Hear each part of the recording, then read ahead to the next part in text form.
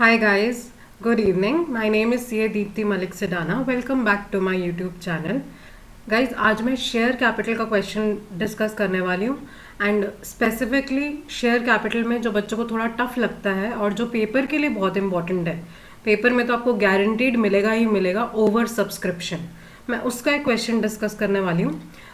Guys ये आपकी T S Grewal की इलस्ट्रेशन नंबर 20 है जो कि दिल्ली 2009 में एग्जाम्स में भी आई हुई है। क्वेश्चन पढ़ते हैं। कह रहे Jaya limited issued 60,000 shares of ₹10 each at a premium of ₹2। तो मतलब गाइज फेस वैल्यू है 10 प्लस ₹2 प्रीमियम पे ये शेयर्स इशू हुए हैं। Payable as 3 on application. अब वो बाइफर्केशन दे रहे हैं कि ये ₹12 हमने किस तरह से मंगाया है। एप्लीकेशन पे वी हैव कॉल्ड ₹3। अलॉटमेंट पे it is 5 including premium. Including premium मतलब गाइस उस पर ₹2 इंक्लूडेड है, मतलब अलॉटमेंट पे 3 + 2 5 हमने मंगाए हैं। आगे कह रहे हैं balance on first and final call. तो फर्स्ट एंड फाइनल कॉल पे बैलेंस कितना बनता है गाइस? ₹10 फेस वैल्यू थी, 3 + 3 6 तो ऑलरेडी हो चुका है, तो ₹4 हमने फर्स्ट एंड फाइनल कॉल में मंगवाई है। कह रहे हैं however applications were receive for 82,000 shares. Guys हमने इशू 60,000 शेयर्स करे थे, मतलब 60,000 शेयर्स ही हम अलॉट कर सकते हैं, हम 60,000 शेयर्स ही डिस्ट्रीब्यूट कर सकते हैं।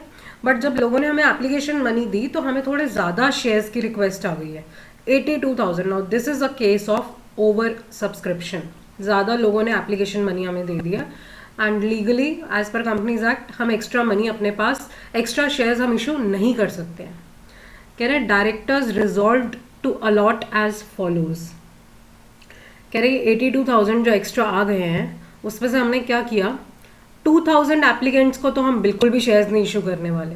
कुछ पर्टिकुलर ऐसे 2,000 शेयर होल्डर्स हैं जिनका हमने पूरी एप्लीकेशन मनी रिफंड कर देनी है। 50,000 वाले कुछ शेयर होल्डर्स हैं, उनको हम थोड़े कम शेयर्स अलॉट करेंगे। 30,000 वालों को 20,000 देंगे। तो गाइज अगर आप नोटिस करो 20 + 40 हम अलॉट 60,000 ही शेयर्स करेंगे, बट कम अलॉट करेंगे। गाइज आई होप आपको इसका नाम पता है। ये जो हमने ए और बी पार्ट में करा है इसको बोलते हैं प्रोराटा। उनको थोड़ा यहाँ पे सी पार्ट में तो हमने टोटली रिफंड कर रहे हैं, रिजेक्ट कर रहे हैं 2,000 शेयर्स की एप्लीकेशन। बाकियों को हम प्रोराटा कर रहे हैं। प्रोराटा मीन्स थोड़ा सा कम अलॉट कर रहे हैं। तो अब आप कहोगे मैम फिर उन्होंने एप्लीकेशन मनी तो 30,000 शेयर्स पे दी है, आप उन्हें शेयर सिर्फ 20,000 दे रहे हो, तो उन्होंने तो एक्स्ट्रा एप्लीकेशन मनी दिया है, उसकी क्या एडजस्टमेंट होगी? वही मेन चीज़ है इस क्वेश्चन में। आगे कह रहे हैं Ramesh who had applied for 900 shares in category A, इस कैटेगरी का guys, and Suresh who was allotted. Guys अब इसमें ये भी यहाँ वर्ड लिखा हुआ है अप्लाइड, यहाँ वर्ड लिखा है अलॉटेड, ये भी बहुत इंपॉर्टेंट है। रमेश ने अप्लाई करे थे 900 शेयर्स, तो गाइज अलॉट पूरे नहीं हुए होंगे क्योंकि वो फर्स्ट कैटेगरी को बिलोंग करता है ना। फर्स्ट कैटेगरी में प्रो राटा हुई है, उसको कम अलॉट हुए होंगे। और सुरेश कह रहे हैं उसको अलॉट 600 शेयर्स हुए हैं। इसका मतलब उसने अप्लाई ज़्यादा करे होंगे, उसको मिले 600 share and he belongs to category B. Category B में भी प्रो राटा हुई है, कम अलॉट हुए, अप्लाइड ज़्यादा थे। कह रहे both these share holders they failed to pay the allotment money. Guys इन्होंने अलॉटमेंट पे डिफॉल्ट करा है। एप्लीकेशन के बाद अलॉटमेंट मनी होती है ना, they have failed to pay the allotment money. कह रहे calculate the amount received on allotment. Guys वो ये पूछ रहे हैं कि कंपनी को एक्चुअली में अलॉटमेंट के समय कितना पैसा मिला है। अब देखो इसमें हमने 2-3 बातों का ख्याल रखना है। पहले मैं आपको कॉन्सेप्ट एक रिवाइज कराऊं। गाइज प्रो राटा के केस में हमें एक्सेस एप्लीकेशन मनी मिलती है, ठीक है, क्योंकि लोगों ने एक्स्ट्रा अप्लाई करा होता है, उनके अप्लाइड शेयर्स ज़्यादा होते हैं, अलॉटेड शेयर्स कम होते हैं, उन्होंने ज़्यादा एप्लीकेशन मनी दी होती है। नाउ गाइज अगर क्वेश्चन साइलेंट है, क्वेश्चन में कुछ नहीं लिखा है कि इस एक्सेस एप्लीकेशन मनी का क्या करना है, तो आपने क्या करना है, एक्सेस एप्लीकेशन मनी को एडजस्ट कर लो अलॉटमेंट पे। अलॉटमेंट पे उनसे पैसा मंगवाना होगा ना हमें, तो अब ये वाली एक्सेस मनी वहां एडजस्ट कर लो। अगर क्वेश्चन साइलेंट है आप एक्सेस एप्लीकेशन मनी अलॉटमेंट पे एडजस्ट कर लो और फिर बाकी बची हुई extra application money, like for example excess money है 1 लाख रुपए हमारे पास एक्स्ट्रा आया एप्लीकेशन के टाइम, अलॉटमेंट पे बनता है 80,000, तो आप 80,000 तो रख लो अलॉटमेंट के नाम का, बाकी आप रिफंड कर दो। अगर मैम क्वेश्चन साइलेंट है, वैसे क्वेश्चन में क्या लिखा हो सकता है गाइज, कई बार क्वेश्चन में लिखा होता है कि एक्सेस एप्लीकेशन मनी को अलॉटमेंट पे भी एडजस्ट कर लो, फर्स्ट कॉल पे भी एडजस्ट कर लो। उस केस में आप अलॉटमेंट पे भी एडजस्ट कर सकते हो, फर्स्ट कॉल पे भी एडजस्ट कर सकते हो। बट अगर क्वेश्चन में कुछ नहीं लिखा है, जैसे कि हमारा ये क्वेश्चन है, इस इलस्ट्रेशन में कहीं नहीं लिखा है कि एक्सेस एप्लीकेशन मनी का क्या करें, तो गाइज एक्सेस एप्लीकेशन मनी मैं एडजस्ट करूंगी at the time of allotment. और ये बहुत जरूरी है इस क्वेश्चन में, क्योंकि उन्होंने बोला ही है ये calculate the amount received on allotment. तो अब मैं अलर्ट हो जाऊंगी एंड मैं ध्यान रखूंगी अलॉटमेंट के समय मुझे कुछ शेयर होल्डर्स कम पैसे देंगे, वो कहेंगे कि मैम आपके पास ऑलरेडी हमारी एक्सेस एप्लीकेशन मनी है, प्लीज आप उसको एडजस्ट कर लीजिए ना। तो गाइज अलॉटमेंट पे जब कैश रिसीव होने की बारी आएगी ना, कुछ लोग मुझे पैसे नहीं देंगे क्योंकि उन्होंने ऑलरेडी एप्लीकेशन के समय एक्स्ट्रा दे रखा है।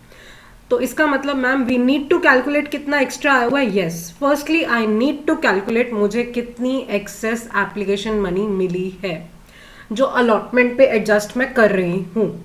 सबसे पहली चीज यही कैलकुलेट करते हैं गाइज। अगर मैं कैटेगरी ए की बात करूं, प्रोराटा में ही देखो एक्सेस एप्लीकेशन मनी होती है प्रोराटा के केस में। तो अगर मैं कैटेगरी ए की बात करूं, उसमें अप्लाइड शेयर्स हैं 30,000 और अलॉटेड हैं 20,000। गाइज हमने इनको 10,000 शेयर्स कम दिए हैं। इसका मतलब कैटेगरी ए में एक्सेस एप्लीकेशन मनी मुझे मिली है, कितने एक्स्ट्रा शेयर्स उन्होंने अप्लाई कर लिए थे, 10,000। तो 10,000 पे एप्लीकेशन मनी कितनी है, 3 रुपीज़। गाइज उन्होंने 10,000 इंटू 3 मुझे 30,000 एक्स्ट्रा दिए हुए हैं।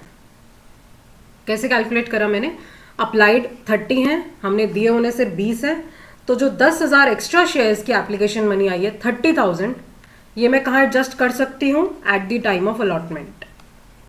अब देखते हैं ये एडजस्ट हो जाएगी पूरी की पूरी। गाइज एक्चुअल में अलॉटमेंट मनी कितनी बनती है उनकी, एक्चुअल अलॉटमेंट मनी ड्यू कितनी बनती है, 20,000 शेयर्स अलॉट हुए हैं, इसी पे वो अलॉटमेंट मनी देंगे। अलॉटमेंट मनी है 5 रुपीज़, तो 20,000 इंटू 5 गाइज 1 लाख रुपीज़ बनते हैं।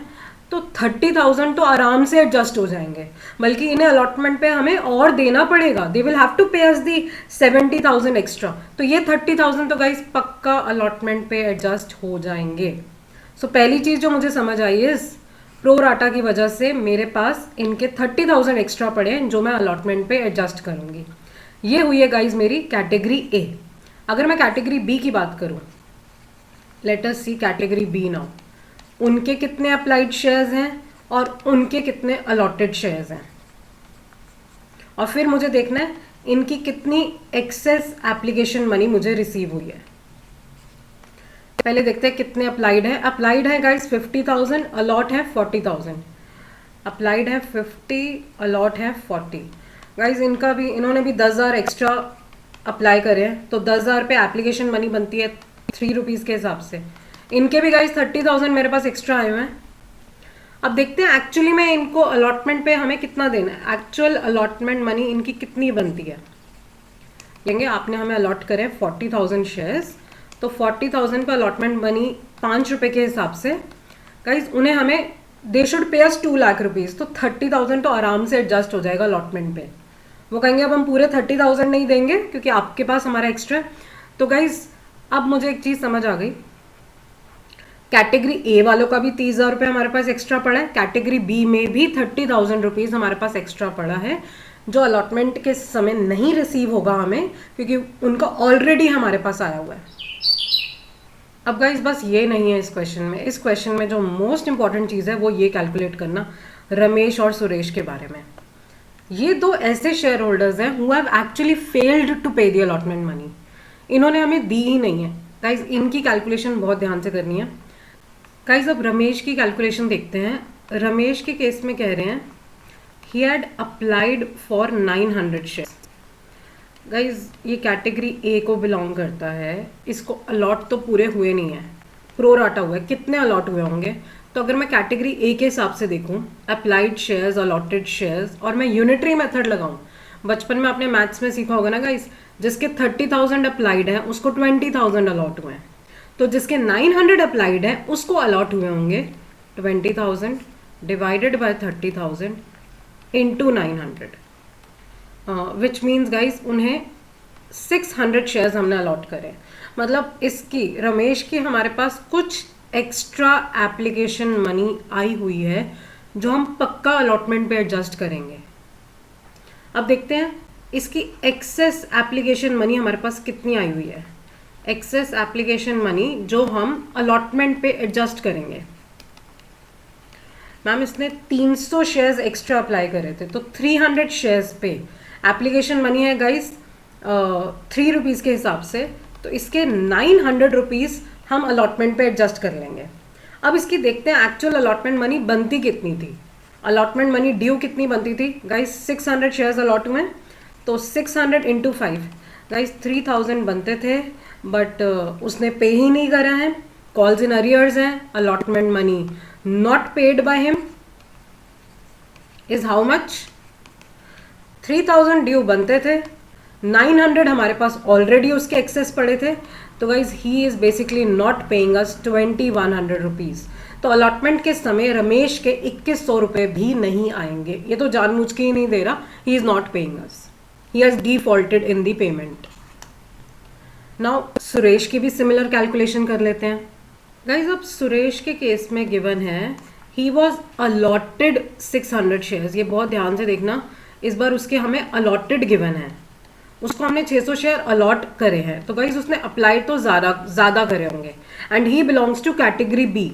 तो कैटेगरी बी में गाइज 40,000 जिनको अलॉट हुए हैं उन्होंने अप्लाई करे थे 50,000, तो यहाँ से मुझे कैलकुलेट करना पड़ेगा कि जिसने 600 अलॉट हुए हैं जिसको, उसने कितने अप्लाई करे होंगे।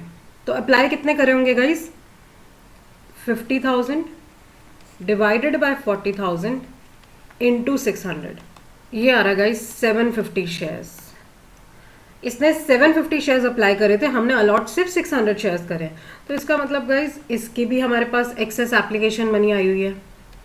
कितनी रिसीव हुई है, इसने 150 शेयर्स पे 3 रुपीज़ के हिसाब से, दैट मीन्स गाइज 450 रुपीज़ इसने हमें एक्स्ट्रा दिए हुए हैं, जिसको हम कहाँ एडजस्ट कर लेंगे, अलॉटमेंट पे। मैं लिख देती हूँ to be adjusted on allotment. अब देखते हैं इसकी एक्चुअल अलॉटमेंट मनी कितनी ड्यू बनती थी। He should have paid us guys, हमने इसको अलॉट करे थे 600 शेयर्स और 5 रुपीज़ के हिसाब से ही should have paid us 3000 rupees. अब 450 तो ठीक है, पहले से हमारे पास आए हुए थे, बाकी उसने दिए ही नहीं है, तो allotment money not paid by him is, या not received by us is 3000 बनते थे, 450 पहले से हमारे पास थे, तो guys 2550 he has not paid us. Guys अभी भी क्वेश्चन कंप्लीट नहीं हुआ है, हमें तो ये कैलकुलेट करना था, calculate the amount received on allotment. तो guys amount received on allotment कैसे कैलकुलेट होगा, एक्चुअली में कितनी अलॉटमेंट मनी ड्यू बनती है पहले वो कैलकुलेट करो, कितना एक्चुअली में मिल रही है, फिर देखो ऑलरेडी हमें कितना मिला हुआ है, एक्सेस एप्लीकेशन मनी जो हम एडजस्ट कर रहे हैं at the time of allotment. आपको याद होगा मैंने अभी पीछे कैलकुलेट करा था, कैटेगरी ए वालों के भी 30,000 हमारे पास एक्स्ट्रा आए हुए हैं, कैटेगरी बी वालों के भी 30,000 एक्स्ट्रा आए हुए हैं, तो इसको भी माइनस कर लो, ये लोग हमें अलॉटमेंट पे नहीं देंगे। और हमें कौन नहीं देगा, कुछ रमेश नहीं दे रहा और कुछ सुरेश हमें अलॉटमेंट की मनी नहीं दे रहा है, वो भी हम कैलकुलेट कर चुके हैं। गाइज रमेश ने हमें 2100 नहीं दिए थे और सुरेश ने 2550 नहीं दिए, तो ये पैसे तो हमें नहीं मिले हैं अलॉटमेंट पे। मिलने कितने चाहिए थे गाइज, इशू कितने हुए थे शेयर्स, हमने 60,000 शेयर्स इशू करे थे, तो 60,000 पे 5 रुपीज़ के हिसाब से, 60,000 पे 5 रुपीज़ के हिसाब से गाइज 3 लाख रुपीज़ हमें मिलने चाहिए। इतने हमें ऑलरेडी मिल रखे थे, इतने हमें वो दे नहीं रहे हैं, तो एक्चुअली में हमें कितना कैश रिसीव हो रहा है, this is our final answer guys.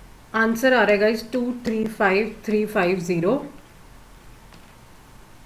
Guys I hope you understood this question. इस क्वेश्चन में वर्किंग नोट बहुत इंपॉर्टेंट है. How did you calculate this, how did you calculate this, that is very important. Working note में गलती हुई तो हमारा final answer गलत हो जाएगा. नेक्स्ट वीडियो में guys I am going to continue this pro rata and forfeiture. दोनों को मिक्स करके जो क्वेश्चन आता है पेपर में of 8 marks and very important. ये चैप्टर भी बहुत इंपॉर्टेंट है guys. Do practice this question. I will see you next time.